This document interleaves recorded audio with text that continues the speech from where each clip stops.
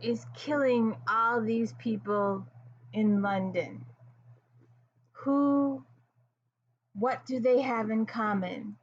Will Gibson and Alexei get through their differences? Will he be able to overcome the opium? Hey everybody, welcome to the Deluise Book Series. I'm Kristina, Kristina. I just read books, talk books. I have no special effects, no special drop-ins. There's nothing special. It's just me reading, talking books. So today we are doing C.S. Harris, Who Cries for the Lost. And I need to go back and read the rest of the series. I read some of the earlier ones, and but I was trying to write down all the characters. So Sebastian St. Cyr, Viscount Devlin, he likes to work with Bow Street. He's got a relationship with Lovejoy, the guy's name, and he helps him solve murders. And he's got his wife, Hero, and then Paul Gibson is like the coroner, and he's got a girlfriend, Alexei Suavej, however you say that, and she's got some secrets, some serious secrets, and some of them are revealed in this book. And then Hero's father, Lord Jarvis, has got some major secrets. And, just because he's the Lord and he's so powerful, he thinks he can get away with all these secrets. So, did I see what? Okay, takes place in 1815, and I like the little,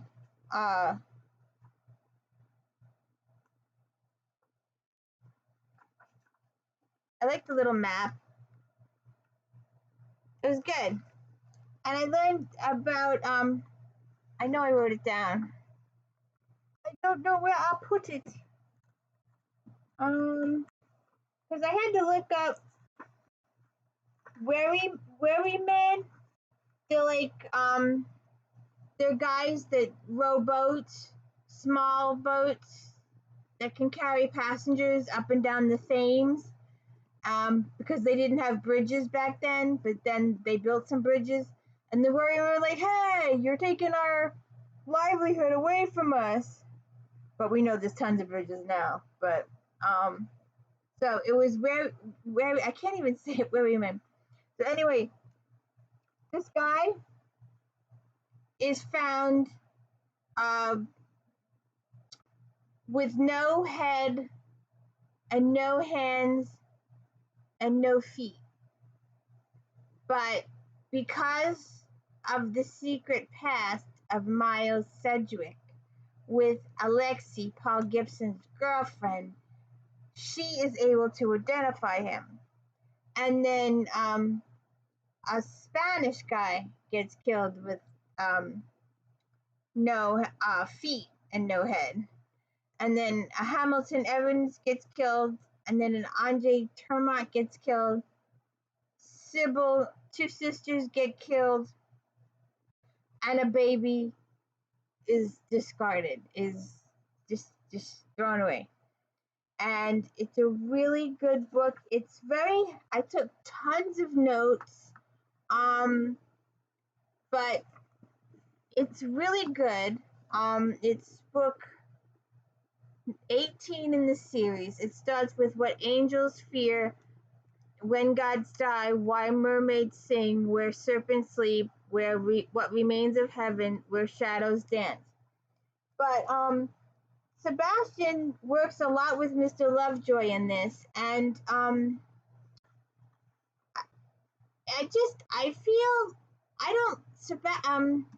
Hero's father, he comes off so crooked. He really does. He's got all these big secrets because he's a big hotshot in the government stuff. And then I felt bad for Sebastian because his war injury is hurting him. So, and he gets mugged a couple times. So, to find out what happens with that, you have to read the book. To find out what happens with the baby, you'll have to see the book. But I was trying to Wherryman, the guy who rows boats. Jeeper Jones is 58, and he looked like he was 80. So I had to look that up. I found him.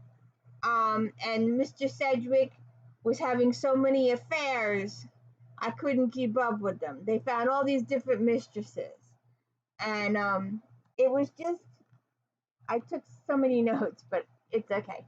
But really, you have to. Every time we thought we were making up progress in the story, she threw another murder victim at us. We were like, okay. And Sebastian tried to talk to these people, and they were so busy keeping their secrets that it was their secrets that killed them. So it's a really good book. It's really interesting. It draws you in.